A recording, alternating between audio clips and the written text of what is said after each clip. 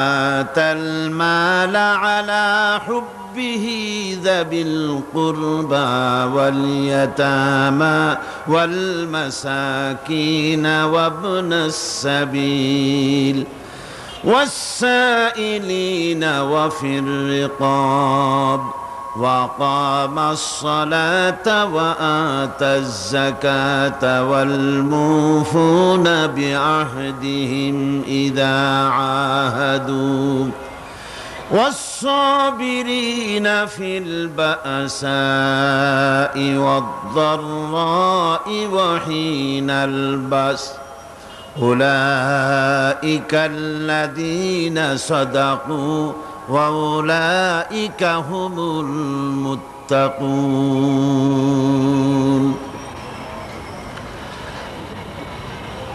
আল্লাহ পাকের প্রেমে উদ্বুদ্ধ হয়ে যারা নিজের প্রাণ প্রিয় সম্পদকে, ধনকে, সম্পদকে যারা এতিম, মিসকিন, নিকটবর্তী আত্মীয় স্বজন, প্রবাসী, পথচারী, সাইল, কৃতদাসের মুক্তির জন্যে যারা দান করে, প্রিয় ধন সম্পদ যারা আল্লাহর রাস্তায় এভাবে দান করে দেয়, নামাজকে প্রতিষ্ঠা করে, যাকাতকে আদায় করে, ওয়াদাকে পালন করে, আর বিপদ ও মুসিবতে ধৈর্য ধারণ করে, এরাই হচ্ছে সত্যাশ্রিত, এরাই হচ্ছে তাদের দাবিতে সত্যবাদী, ইমানের দাবিতে এরা হচ্ছে সত্যবাদী, আর এরাই হচ্ছে মুত্তাকি। আজকে আমি আপনাদের সামনে যে আলোচনাটা করব সেটা হচ্ছে এই ব্যাপারটি।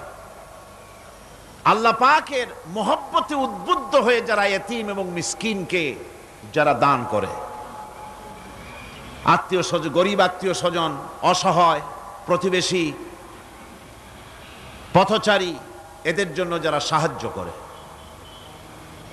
কারণ হচ্ছে ইসলাম তো শুধু নামাজ রোজার কথাই বলেনি, ইসলাম মানুষের জীবনের সকল দুঃখ দুর্দশার দিকে লক্ষ্য রেখেছে। যারা বোঝে না তারা ইসলামকে শুধুমাত্র একটি ধর্ম মনে করে, আর ইসলামের যে অর্থনীতি আছে, সমাজনীতি আছে, এটা তারা বুঝতে পারে না। মাছের যেমন পচন ক্রিয়া শুরু হয় তার মাথা থেকে, সমাজের পচন শুরু হয় তেমন রাজনৈতিক নেতৃবৃন্দ, সমাজ নেতৃবৃন্দ এবং এক শ্রেণীর বুদ্ধিজীবীদের মাথা থেকে, তাদের থেকেই সমাজে পচন ক্রিয়া শুরু হয়ে যায়। এই শ্রেণীর লোকদের দাবি হলো ধর্ম আর অর্থনীতি সম্পূর্ণ দুই প্রান্তিক দিকে বাস করে। ধর্ম এক জিনিস আর অর্থনীতি হচ্ছে আর এক জিনিস, রাজনীতি হচ্ছে ভিন্ন জিনিস। তারা জানে না যে ইসলাম হচ্ছে পূর্ণাঙ্গ জীবন বিধান। আল্লাহ পাক বলছেন এই কোরআনকে যারা অনুসরণ করবে তাদের তো খাওয়া পড়ার অভাব হওয়ার কথা না। কোরআনে কারিমে আল্লাহ রাব্বুল আলামিন বলেন, ফামান তাবিআ হুদায়া ফালা খাউফুন আলাইহিম ওয়ালা হুম ইয়াহজানুন। আল্লাহ পাক বলেন এই কোরআনের অনুসরণ যারা করবে, এই কোরআনের আইন যারা মেনে চলবে, কোরআনকে মেনে যারা চলবে, এর শাসন যারা মেনে চলবে, ফালা খাউফুন আলাইহিম, ওদের জন্য কোনো ভয় নাই, ওয়ালা হুম ইয়াহজানুন, ওদের জন্য কোনো চিন্তাও নাই। কিসের ভয় নাই? যেই সমাজে কোরআনের আইন চালু হয়ে যাবে, ওই সমাজের ভিতরে চুরির ভয়, ডাকাতির ভয়, জেনার ভয়, হত্যার ভয়, ধর্ষণের ভয়, লাঞ্ছনার ভয়, গঞ্জনার ভয়, কোনো ভয় থাকবে না। ওয়ালা হুম ইয়াহজানুন, ওই সমাজের মানুষের মনে কোনো চিন্তাও থাকবে না। কিসের চিন্তা থাকবে না? যেই সমাজে কোরআন চালু হয়ে যাবে, কোরআনের আইন দিয়ে সমাজ পরিচালিত হবে, ওই সমাজের মানুষের খাওয়া পড়া, শিক্ষা, চিকিৎসা, বাসস্থানের কোনো চিন্তা থাকবে না। ইসলামী সমাজ তার গ্যারান্টি দেবে। জোরে বলেন সুবহানাল্লাহ, জোরে বলেন আলহামদুলিল্লাহ। এটা আল্লাহ পাকের ওয়াদা। কার ওয়াদা? জোরে কোন তো?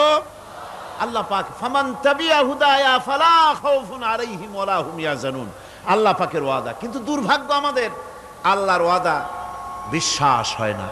ওই যে প্রথম দিন বলেছিলাম যে ওয়াদার মৌসুম এসে গেছে, ওয়াদার এক বিরাট মৌসুম এসে গেছে।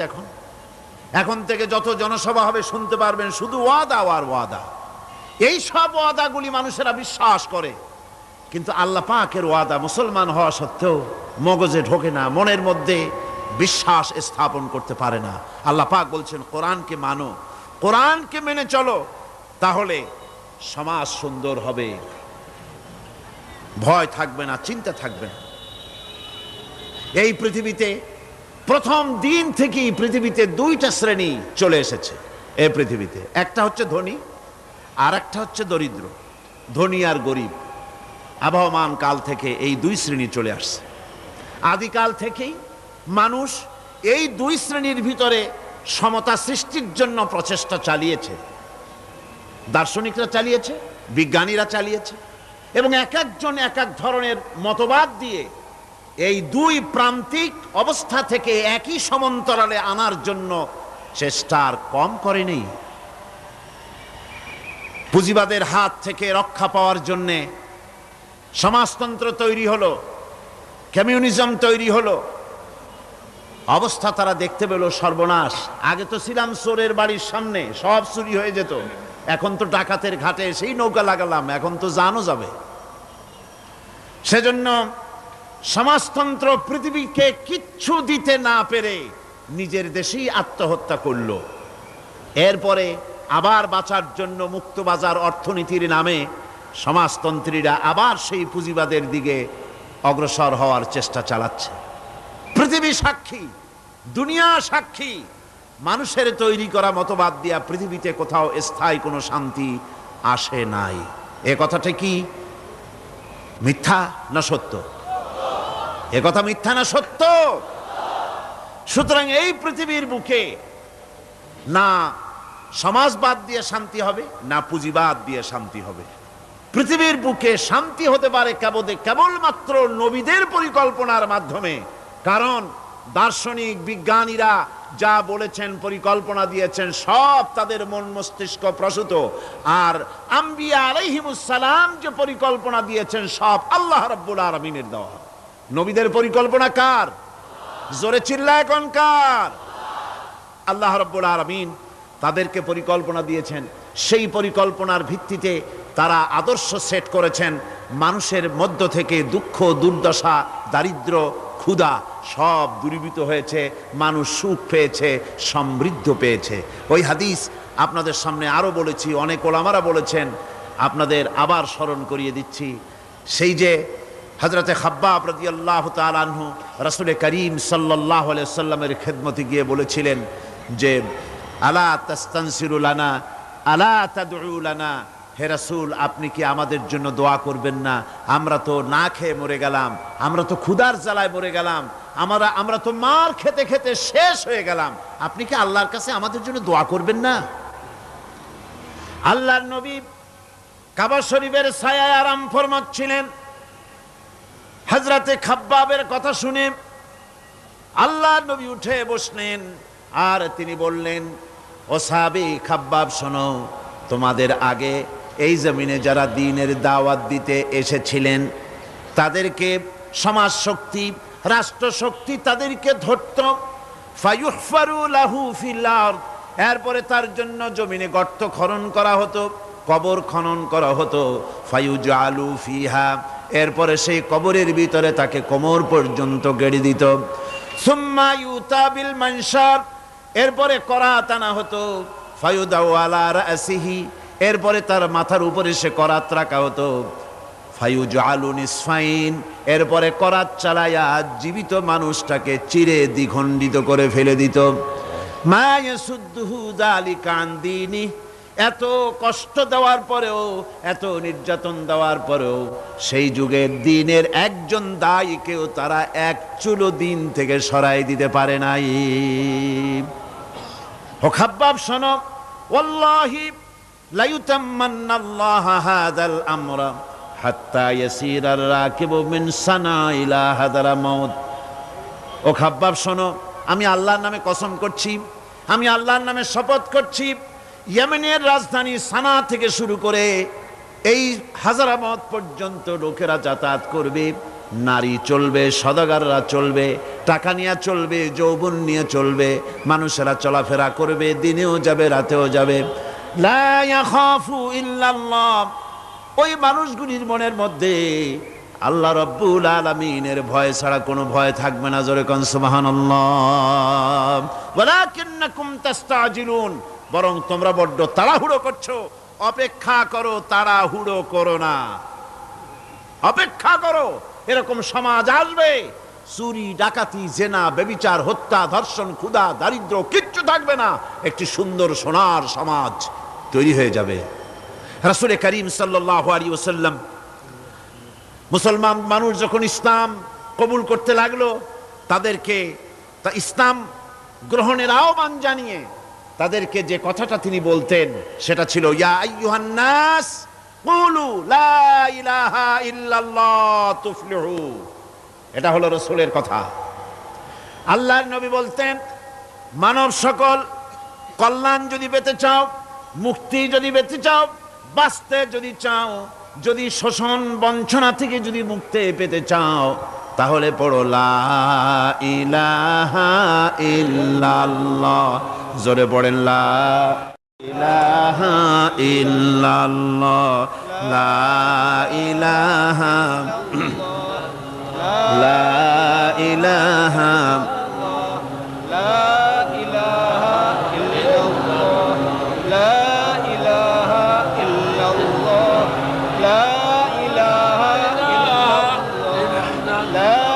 লা ইলাহা ইল্লাল্লাহু মুহাম্মাদুর রাসূলুল্লাহ। এই কালেমা পড়ো, এই কালেমা ঘোষণা দাও, এটার অনুসরণ করো, নাজাত পাবে। মানুষের জীবনে প্রকৃত কল্যাণ লাভের পথে দুটি অন্তরায়, দুটি বাধা।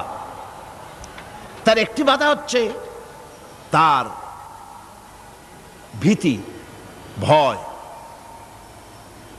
শক্তিশালীদের ভয়, অত্যাচারীদের ভয়। আর একটা হচ্ছে ক্ষুধা। প্রকৃত কল্যাণ লাভের পথে মানুষের অভাব অনটনের ভয়, ক্ষুধা দারিদ্র্যের ভয় এবং অত্যাচারের ভয়, এই দুইটি ভয় মানুষের মধ্যে সেই প্রথম দিন থেকেই চলে এসেছে। ইসলাম প্রচারের প্রথম অধ্যায় আল্লাহ রাব্বুল আলামিনের বন্দিগির দাওয়াত দিয়ে নবী করিম সাল্লাল্লাহু আলাইহি সাল্লাম বলেছেন, এই ক্ষুধা আর ভয়, এই দুটি জিনিসকে দূর করে দেওয়ার মতো পরিকল্পনা আল্লাহ পাক দিয়েছেন। আজও পৃথিবীতে আমাদের সমাজে এই দুইটা জিনিসেরই ভয়। কয়টা জিনিসের ভয়? একটা হচ্ছে ক্ষুধা, আর একটা হচ্ছে ভীতি। মানুষ সমাজে, বাজারে, স্কুলে, বিশ্ববিদ্যালয়, শিক্ষাঙ্গনে কোনো জায়গায় আরামে বসবাস করতে পারছে না। মাহফিল এসছেন, নিশ্চিন্ত মনে ফিরে যেতে পারবেন। আপনার ছেলে বিশ্ববিদ্যালয়ে পড়াশোনা করছে, জীবন নিয়ে বাড়ি ফিরতে পারবে। আপনার মেয়ে কলেজে গিয়েছে, তার ইজ্জত নিয়ে, সম্ভ্রম নিয়ে ফিরে আসতে পারবে, এ গ্যারান্টি আজ আর কেউ দিতে পারে না। সত্য কিনা বলেন? নবীজির কাছে আল্লাহ রাব্বুল আলামিন কোরআনে কারীমের আয়াত নাজিল করলেন, নবীজিকে শোনায় দিলেন। এই দুটো জিনিসের গ্যারান্টি ইসলাম দিচ্ছে, আল্লাহ পাক দিচ্ছেন। তা হলো এই, ফালইয়াবুদু রাব্ব হাযাল বাইত। ক্ষুধার সময় যদি খেতে চাও, ক্ষুধার সময় যদি পেট পুরে খেতে চাও, আর বিপদের সময় যদি নিরাপত্তা চাও, আরামে যদি ঘুমাতে চাও, তাহলে কি করো? ফালিয়াবুদু রাব্ব হাযাল বাইত, এই ঘরের মালিকের ইবাদত করো। কোন ঘর? আল্লাহর ঘর। এই ঘরের মালিক কে? আল্লাহ সুবহানাহু ওয়া তাআলা। এই ঘরের মালিকের ইবাদত করলে কি হবে? আল্লাহ রাব্বুল আলামিন বলেন, আল্লাযী আত'আমাহুম মিন জু'ইন ওয়া আমানাহুম মিন খাউফ। এই ঘরের মালিকের ইবাদত করলে পরে তিনি ক্ষুধার সময় খেতে দিবেন, আর ভীতির সময় তোমাদেরকে নিরাপত্তা দান করবেন। যদি পেট ভরে খেতে চাও, আল্লাহর ইবাদত করো। গোলামি করো। আর যদি তোমরা বিপদের সময় নিরাপত্তা লাভ করতে চাও, তাহলে তোমাদেরকে সেই আল্লাহ পাকের ইবাদত করতে হবে। সমস্ত রকমের বিপদ থেকে, মুসিবত থেকে, ভয় থেকে তিনি তোমাদেরকে আশ্রয় দিবেন। সুতরাং আল্লাহর প্রতি ঈমান আনতে হলে শুধু সেজদা দেওয়াই যথেষ্ট নয়।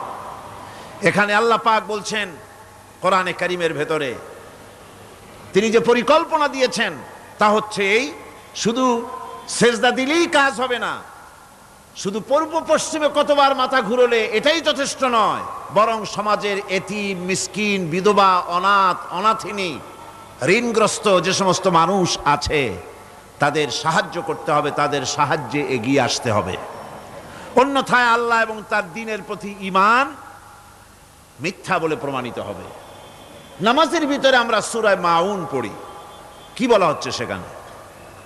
আরাআইতাল্লাযী ইউকাযযিবু বিদ্দীন ফাযালিকাল্লাযী ইয়াদুল ইয়াতীম ওয়ালা ইয়াহুদ্দু আলা তুআমিল মিসকিন।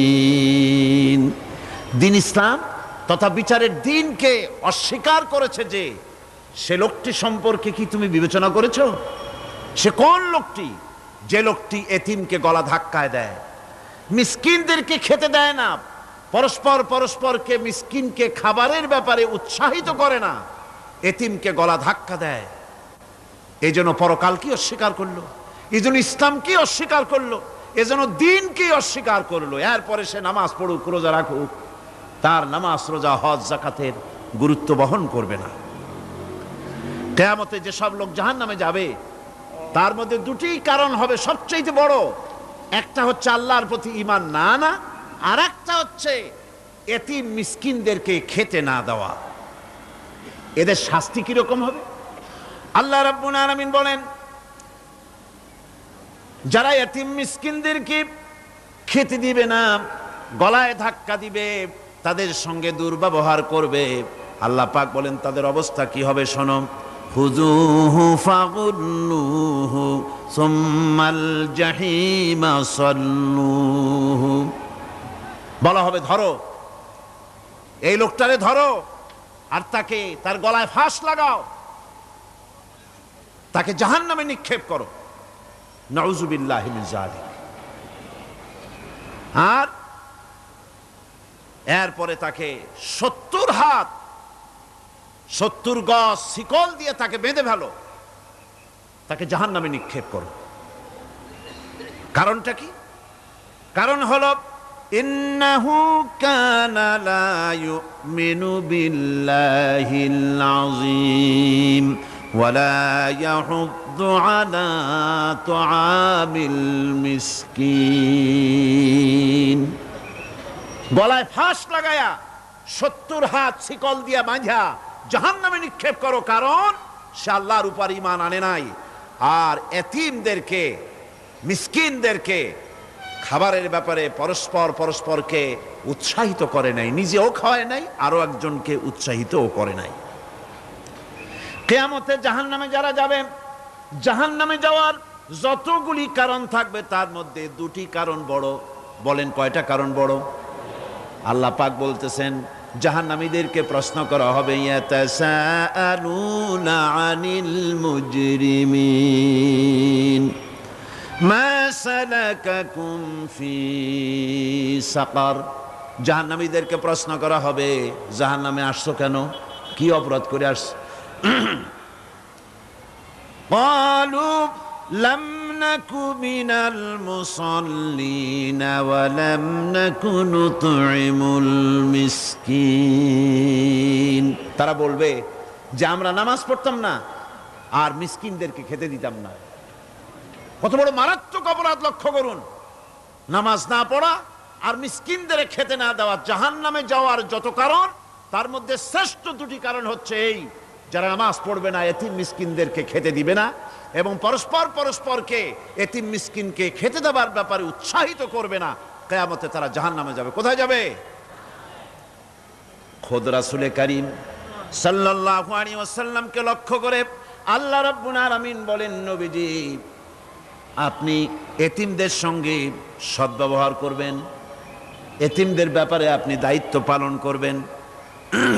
কারণ হলো আপনিও তো এক সময় এতিম ছিলেন, এতিমের ব্যাপারে দায়িত্ব পালন করবেন। কোরআনে কারীমে রব্বুল আলামিন বলেন, আলাম ইয়াজিদকা ইয়াতীমান ফাআওয়া। ও নবী, আমি কি আপনাকে এতিম অবস্থায় পাই নাই? আর তারপরে আমি কি আপনাকে আশ্রয় প্রদান করিনি? আপনাকে আমি এতিম অবস্থায় পেয়েছি, এরপরে আপনাকে আশ্রয় দিয়েছি। রাসূল তো এতিমদের সরদার। পৃথিবীর কোন এতিম যেন বলতে না পারে, নবীজি আমার ব্যাপারে কি বলবেন, আমি তো এতিম মানুষ, আর তিনি আমার ব্যাপারে কিভাবে আমার দরদ বুঝবেন।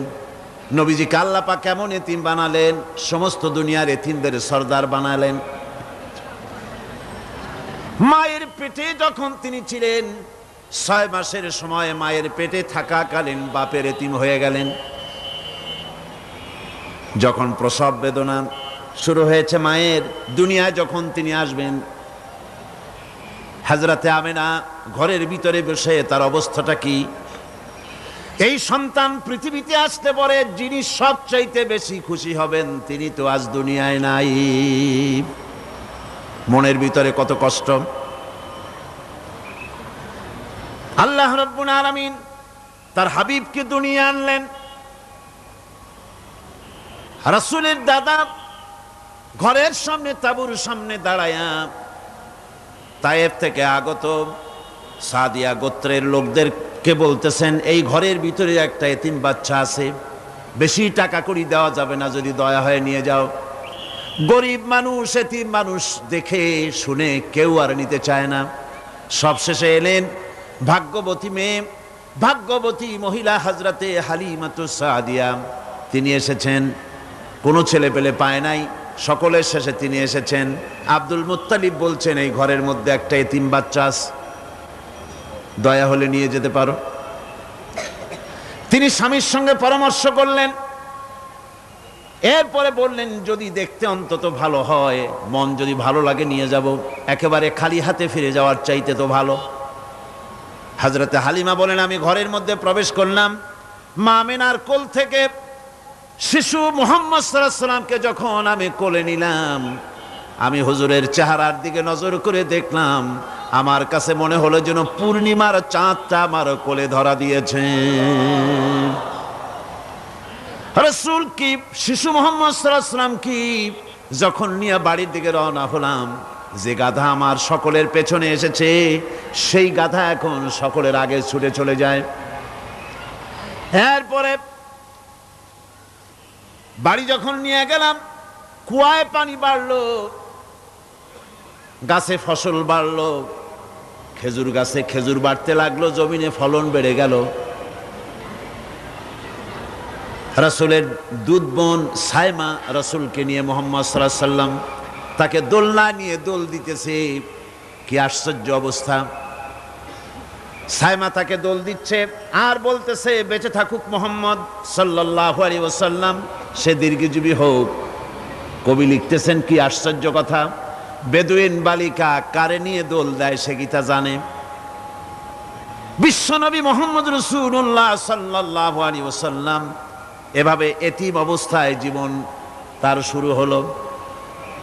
যখন তিনি ফিরে এলেন 6 বছর বয়সের সময়, যখন মায়ের কাছে তিনি ফিরে এসেছেন, প্রতিদিন তিনি খেলা দেখতে যান ময়দানে। ইতিহাসের মধ্যে লেখা হয়েছে, মা প্রতিদিন সন্ধ্যার সময় তাকে ফিরে পান। আজকে সন্ধ্যা হয়ে গেছে, শিশু মুহাম্মদ সাল্লাল্লাহু আলাইহি ওয়াসাল্লাম বাড়ি ফেরেন না। কারণ কি, কেন বাড়ি ফেরে না? সন্ধ্যার দিকে তিনি চলে গিয়েছেন পাহাড়িয়া ময়দানে, যে দেখেন ধুধু করতেছে, চতুর্দিকে সন্ধ্যা হয়ে গেছে, অন্ধকার হয়ে গেছে, কোনো ছেলে পেলে নাই, কেউ নাই। পাহাড়ের পাদদেশে বসে শিশু মুহাম্মদ সাল্লাল্লাহু আলাইহি ওয়াসাল্লাম কাঁদতেছেন। মা প্রশ্ন করলেন, বাবারে, সন্ধ্যা উত্তীর্ণ হয়ে গেল, কেন একা একা বসে বসে কাঁদো? তিনি বলছেন, মাজি, আজ কদিন খেলা দেখতে আসলাম ময়দানে। প্রতিদিন দেখি যখন সন্ধ্যা হয়ে যায়, মুরব্বী শ্রেণীর কিছু লোক আসে, ছেলেকে নাম ধরে ডাক দেয়, ছেলেরা দৌড়ে তারা বাবার কাছে চলে যায়, আর বাবা ছেলেকে কোলে নিয়ে মুখে চুমা দিয়ে বাড়ির দিকে নিয়ে যায়। আমি আজ কদিন পর্যন্ত এই ময়দানে এলাম, কোনোদিন সন্ধ্যাবেলায় তো কেউ এসে আমাকে মুহাম্মদ বলে একটা ডাক দিল না। আমার আব্বা কি নাই? আল্লাহ রাব্বুল আলামিন বলেন, আলাম ইয়াজিদকা ইয়াতীমান ফাআওয়া। এরকম এতিম অবস্থায় পেয়ে আমি কি আপনাকে আশ্রয় দেই নাই? আপনাকে আমি পেয়েছি এতিম অবস্থায়, এরপরে আমি আপনারে আশ্রয় দিলাম। ওয়া ওয়াজাদাকা দাল্লান ফাহাদা। এরপরে আমি আপনাকে পথ হারা পেলাম, আমি আপনাকে পথের দিশা দিয়া দিলাম। ওয়া ওয়াজাদাকা আইলান ফাআগনা। এরপরে আমি আপনাকে দরিদ্র অবস্থায় পেয়েছি, তারপরে আমি আপনার দারিদ্র মুক্ত করেছি আপনাকে।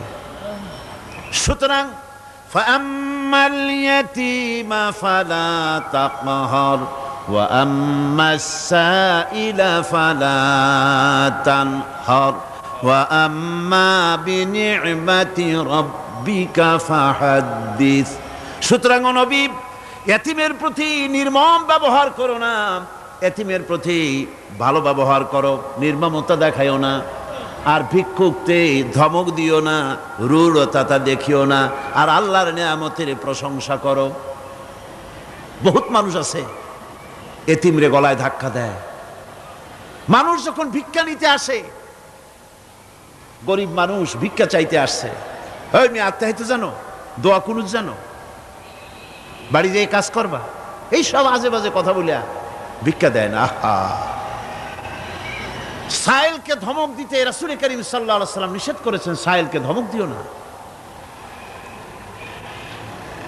গাড়িতে বসে যাচ্ছেন সাহেব, ট্রাফিক মোড়ে যখন সিগন্যাল জ্বললো, গাড়িগুলি দাঁড়ায় গেল, ফকির এসেছে, হাত নাই পাও নাই, বুড়া মানুষ, একটা পয়সা বার করে না। আবার এই মানুষটি ওই ফকিরকে ধমক দিয়া বার করে দিল। এরপরে এই লোকটি যখন কোনো মাজারের কাছে পৌঁছে গেল, 500 টাকার কড়কড়ে নোটটা ফেলে দিল। বলেন, টাকা দরকার কার? মরা মানুষের না জিন্দা মানুষের? কার দরকার? যার টাকা দরকার ছিল তারে দেওয়া হলো না, যার দরকার নাই তারে দেওয়া হলো। এরপরে লোকটা না খেয়ে যখন মারা গেল, পথের ফকির, রাস্তার ফকির, না খেয়ে মারা গেছে।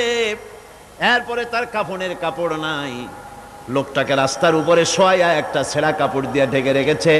বড় লোকেরা, সাহেবরা তখন গাড়ি দাঁড় করে আর 5টা টাকা 2টা টাকা করে তার লাশের উপরে মারতেছে। এটা মানবতার এর চাইতে লাঞ্ছনা, মানবতার জন্য এর চাইতে গঞ্জনা আর কিছুই হতে পারে না। মানবতার প্রতি লাঞ্ছনা, এর থেকে আর দুর্গতি কি হতে পারে? বেঁচে থাকার সময় 1টা টাকা আপনি দিলেন না, মরে যাওয়ার পর বিদায় হয়েছে বালাই, এখন দেওয়া শুরু করেছে। আমার বন্ধুগণ, এজন্য এতিমের প্রতি দরদ করার জন্য আল্লাহ পাক কোরআনের ভিতরে পরিষ্কার বলেছেন। রাসূল করিম সাল্লাল্লাহু আলাইহি ওয়াসাল্লাম নিজে এতিম ছিলেন, আর এতিমের প্রতি তার এত দরদ ছিল, একবার তিনি ঈদের দিকে নামাজ পড়ার জন্য যাচ্ছেন। প্রতিমধ্যে দেখেন একটা বাচ্চা ছেলে কাঁদতেছে। এই রাস্তায় কত মানুষ গেল, কেউ দাঁড়ালো না থমকে, বাচ্চার ক্রন্দন কাউকে থামাইতে পারলো না। কিন্তু বিশ্ব নবী, দয়ার নবী রাহমাতুল লিল আলামিন বাচ্চার কান্না দেখে পাও বাড়াতে পারলেন না। নবীজি দাঁড়ায় গেলেন, জিজ্ঞেস করেন, ও বাচ্চা, ঈদের দিনে কাঁদো কেন? ঈদের দিনে তো কাঁদতে নাই। বাচ্চা বলে, তোমার কাছে বলবো না, আমি সেই সকালবেলা থেকে বসে আছি, আমি যদি মক্কার আব্দুল্লাহর পুত্র মুহাম্মদ রাসূলুল্লাহ সাল্লাল্লাহু আলাইহি সাল্লামকে পাই, মনের দুঃখ তার কাছে বলবো। বিশ্ব নবী জমিনের উপরে বসে পড়লেন, বাচ্চারে কোলের উপরে উঠায় বলেন, বাচ্চা বলো কি তোমার দুঃখ, তুমি যার জন্য বসেছো আমি তো সেই এতিম নবী, কি বলতে চাও? বাচ্চা বলতেছেন, ইয়া রাসূলুল্লাহ, আমার বাবা মারা গেছে সেই ছোট্টবেলায়, একেবারেই তখন মায়ের পেট থেকে আমি আসার পর বাপ মরে গেল, আমার মা আর একজনের সঙ্গে বিয়ে বসেছে, সেই পুরুষটি আমারে দেখতে পারে না, আমার মা যদি আমারে কোলে করে সে সহ্য করতে পারে না, আমারে চুমা খাইলে সহ্য করতে পারে না, আমারে খাবার দিলে মা মার খায়। আজ ঈদের দিনে রাতে আমার মা আমাকে বলল, বাবারে তোমার কপাল খারাপ, তোমার বাবা মারা গেছে, তোমাকে সাহায্য করার কেউ নাই, আমি তোমার যত্ন করতে পারলাম না, কোলে নিয়ে চুমাও দিতে পারি না, আমার এমনই কপাল খারাপ। সুতরাং এতিমের দরদ এতিম ছাড়ার কেউ বুঝবে না, তুমি আজ চলে যাও ওই রাস্তায়, ঈদের রাস্তায় দাঁড়ায় থাকো, মাঠের রাস্তার পাশে, বিশ্ব নবীর কাছে তোমার দুঃখ বলো, এতিমের দুঃখ তিনি বুঝবেন। আমি মায়ের কথা মতো এই জায়গায় এতক্ষণ বসে আছি, হুজুর আপনি দয়া করে, আমার কথা তো আপনার কাছে বললাম, আমার মনের এই দুঃখ। নবীজি বাচ্চার কথা শুনতেছিলেন, চোখ দিয়া পানি পড়তেছিল, বাচ্চাকে বুকের সঙ্গে জড়িয়ে ধরে নবীজি বলেন, ও এতিম, মুহাম্মদ সাল্লাল্লাহু আলাইহি ওয়াসাল্লাম যদি তোমার পিতা হন আর হযরতে আয়েশা যদি তোমার মা হয়ে যায়, বলো তোমার মনের দুঃখ মেটে নাকি? ছেলে ডুকরে কেঁদে উঠলো আর বলল, ইয়া রাসূলুল্লাহ, আপনি যদি আমার পিতা হন আর আয়েশা যদি আমার মা হয়ে যায়, এর থেকে বড় সৌভাগ্যের আমার তো আর কিছুই নাই। নবীজি এতিমকে বাড়ি নিয়ে গিয়ে হযরতে আয়েশার হাতে তুলে দিয়ে বললেন, আয়েশা রে, পবিত্র ঈদের দিনে আল্লাহ রাব্বুল আলামিন তোমার জন্য একটা উপহার পাঠিয়েছেন, এটা যত্ন করো।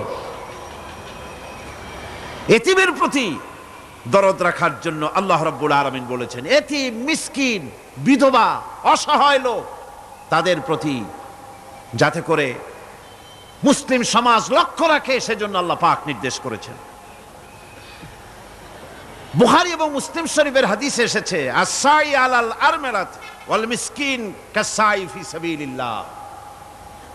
বিধবাদের জন্য, মিসকিনের জন্য কেউ যদি কোনো উদ্যোগ গ্রহণ করে, কেউ কোনো সাহায্য দেয়, জিহাদের ময়দানে জিহাদ করে আল্লাহর রাস্তায় যে সওয়াব পাওয়া যায়, যে মর্যাদা পাওয়া যায় আল্লাহর কাছে, এতিম, মিসকিন, বিধবাকে সাহায্য করলে সেই সওয়াব আল্লাহ রাব্বুল আলামিন আমলনামায় দিয়ে দেন।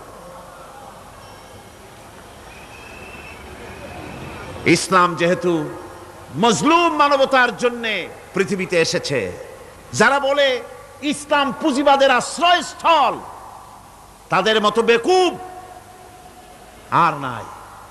এই কথা তারা বলে উদ্দেশ্যমূলক ভাবে, রাজনৈতিক উদ্দেশ্যমূলক ভাবে সব কথা বলে। ইসলাম যদি পুঁজিবাদের আশ্রয়স্থল হবে, তাহলে তো ইসলাম সর্বপ্রথম কবুল করত ধনীরা, কথা ঠিক কিনা কন? কিন্তু ইসলাম কবুল করলো সর্বপ্রথম কারা? সর্বপ্রথম ইসলাম কবুল করেছে নিগৃহীত, নির্যাতিত গরিব মানুষগুলি, হযরত বেলালের মতো মানুষ, আম্মারের মতো মানুষ। এই সব গরিব মানুষগুলি, নারী, গরিব, অসহায়, নির্যাতিত, তারা ইসলাম কবুল করেছেন সর্বপ্রথম। সুতরাং ইসলাম পুঁজিবাদের আশ্রয়স্থল নয়, ইসলাম হচ্ছে দুনিয়ার সমস্ত মজলুম মানবতার আশ্রয়স্থল। জোরে কোন আলহামদুলিল্লাহ। আমার বন্ধুগণ, ইসলামী বিপ্লবীর দাওয়াতের পর্যায়ে মক্কি জিন্দিগিতে যখন সূরাগুলি রাসূলের আসতেছিল, সেই সময় আল্লাহ রাব্বুল আলামিন বলেছেন, ওয়াহাদাইনাহুন নাজদাইন, আমি কি উভয় স্পষ্ট পথ তাদেরকে দেখায় দেই নাই? উভয় স্পষ্ট পথ তাদেরকে দেখানো হয়েছে। ফালাকতাহামাল আকাবাতা ওয়া মা আদরাকা মাল আকাবা ফাক্কু রাকাবা। তুমি কি জানো, তারা, আসল কথা হলো তারা সেই দুর্গম বন্ধুর ঘাঁটিটি অতিক্রম করতে চায় না। তুমি কি জানো সেই বন্ধুর দুর্গম ঘাঁটিটি কি? তা হচ্ছে শৃঙ্খল বন্দি দশা থেকে মানুষদেরকে মুক্ত করে দেওয়া, আর আও ইতআমুন ফি ইয়াউমিন যী মাসগাবা ইয়াতীমান যা মাকরাবা আও মিসকিনান যা মাতরাবা। উপবাসের দিনে নিকটবর্তী এতিম দুঃখীকে খেতে দেওয়া, আর ধুলামলিন মিসকিন যারা আছে তাদেরকে খেতে দেওয়া, যাদের পেটে খাবার নাই ক্ষুধার দিনে খুঁজে খুঁজে তাদেরকে খাবার দেওয়া। এই সমস্ত কাজ যারা করবে আল্লাহ রাব্বুল আলামিন তাদের সম্পর্কে বলেছেন উলাইকা আসহাবুল মাইমানা। কিয়ামতের দিন এদের ডান হাতে আল্লাহ রাব্বুল আলামিন আমলনামা দান করবেন। জোরে কোন সুবহানাল্লাহ। আমলনামা বেঈমান যারা তাদের হাতে আসবে, তাদের কোন হাতে আসবে? বাম হাতে। আর আমলনামা ডান হাতে আসবে কাদের? এই সমস্ত লোকদের যারা এতিমকে মিসকিনকে যারা খেতে দিয়েছে। আর খেতে দিয়ে এতিম মিসকিনদেরকে খেতে দিয়ে তারপরে এর দ্বারা তাদেরকে কোনো খোঁটা দেয় নাই। তাদেরকে কেন খাওয়াস? কোরআনে কারীম বলছে ওয়ায়ুতঈমুনা আত-তাআমা আলা হুব্বিহি মিসকিনান ওয়া ইয়াতীমান ওয়া আসীরা। আল্লাহর সৎ লোকেরা আল্লাহর ভালোবাসায় উদ্বুদ্ধ হয়ে খাবার খাওয়ায় মিসকিনদেরকে, এতিমদেরকে। আর তারা বলে ইন্নামা নুতঈমুকুম লিওয়াজহিল্লাহি লা নুরিদু মিনকুম জাযাআন ওয়ালা শুকুরা। আমরা যে তোমাদের খাইতে দিলাম, এ খাওয়াচ্ছি শুধুমাত্র আল্লাহকে খুশি করার জন্য। কারে খুশি করার জন্য? আল্লাহরে খুশি করার জন্য। এই খাবারের ব্যাপারে তোমাদের কাছ থেকে কোনো কৃতজ্ঞতা চাই না। যেটা করি সেটা আল্লাহর জন্যই করি, আল্লাহকে খুশি করার জন্য। সুতরাং না কৃতজ্ঞতা চাই, না এর দ্বারা কোনো বিনিময় চাই। আল্লাহ রাব্বুল আলামিন এতিমের মাল সম্পদ আত্মসাৎ করার ব্যাপারে কঠোরভাবে নিষেধ ঘোষণা করেছেন। এতিমের মাল সম্পদ যেন আত্মসাৎ করো না। কোরআনে কারিমে স্পষ্ট ভাষায় বলা হয়েছে ওয়াতুল ইয়াতামা আমওয়ালাহুম ওয়ালা তাবাদদালুল খাবিসা বিত-তাইয়্যিব। এতিমের মাল ধন সম্পত্তি যথাযথভাবে তাদের হাতে ফিরিয়ে দাও। ওয়ালা তাবাদদালুল খাবিসা বিত-তাইয়্যিব। আর তাদের ভালো মালগুলি তোমার খারাপ মাল দিয়া বদলাইয়া দিও না।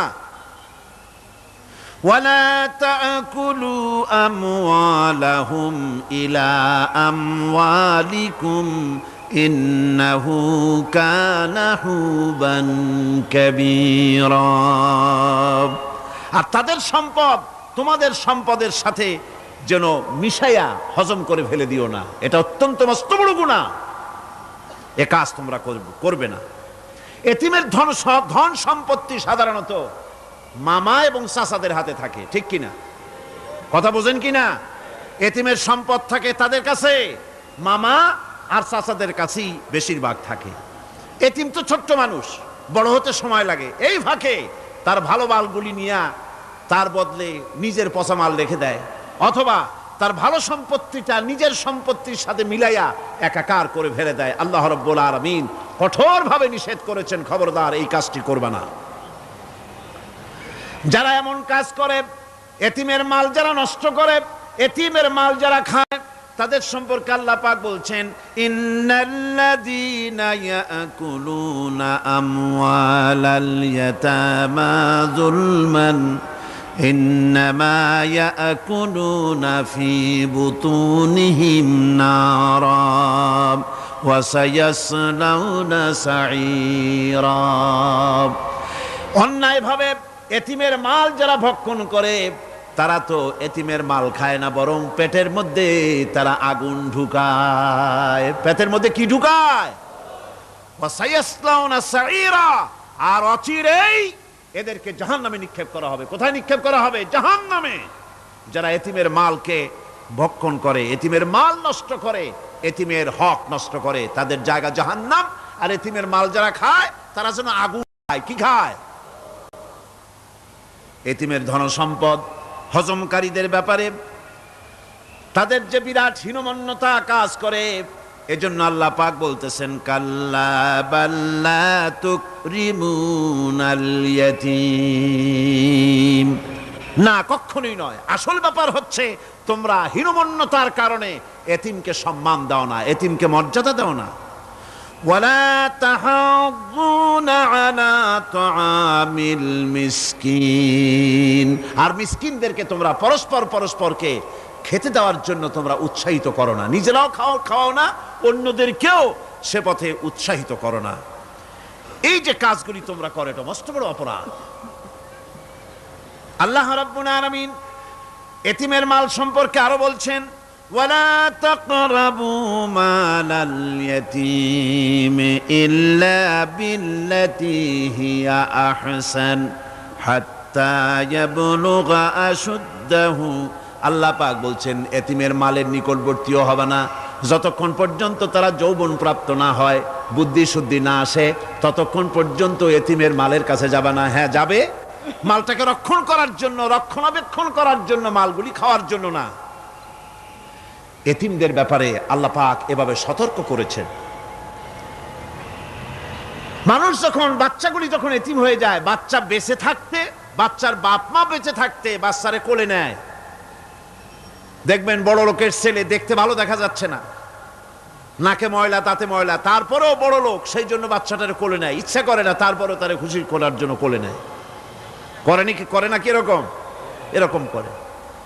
বাপ মা বেঁচে আছে তখন চাচাতে মামুতে ভাগ্নাকে ভাতিজাকে আদর করে কোলে নেয়, ঘাড়ে নেয়, চুমা খায়। আর যখন বাপ মা মরে গেল, বাপ যখন মারা গেল, এই ছোট্ট বাচ্চাটি চাচার দিকে ফেলফাল করে তাকায়, মায়ের দিকে তার মামার দিকে ফেলফাল করে তাকায়, একটি বারের জন্য কোলে নিয়ে তখন আর আদর করে না। মনের মধ্যে তখন দুর্বিসন্ধি থাকে, এই বাচ্চা মরুক অথবা তার সম্পদ যা আছে সম্পদগুলিকে লুটপাট করে নেই। দেখেন এবার মিলান কথার সাথে আল্লাহ পাকের লাইসাল বিররা আন তুওয়াল্লু ওয়ুজুহাকুম কিবালাল মাশরিকি ওয়াল মাগরিব। পূর্ব পশ্চিমে কত মাথা ঘুরালে, কত সেজদা দিলে, এটাই কিন্তু পুণ্যবান হওয়ার জন্য বড় কথা নয়, বরং শর্তই হলো আগে যা বলেছি সেগুলি। আর শর্ত হলো এতিম মিসকিনদেরকে, বিধবাদেরকে, অসহায়দেরকে সাহায্য করতে হবে। এগুলি করলে তাহলে তুমি মুমিন বলে প্রমাণিত হবে, তুমি সৎ ব্যক্তি, ভালো মানুষ, নেককার, পুণ্যবান বলে আল্লাহ পাকের দরবারে তুমি প্রমাণিত হবে। আমি এই বিষয়ের উপরে রাত প্রায় অনেক হয়ে গিয়েছে, 9:45 মতো, অনেক দূর থেকে আপনারা আসেন, কাজী আমি আলোচনা আজকে আর বাড়াবো না। মোনাজাতের জন্য বসেন, এক্ষুনি মোনাজাতের জন্য দাঁড়ানো ভাইরা সব বসে পড়েন। আল্লাহুম্মা আমিন।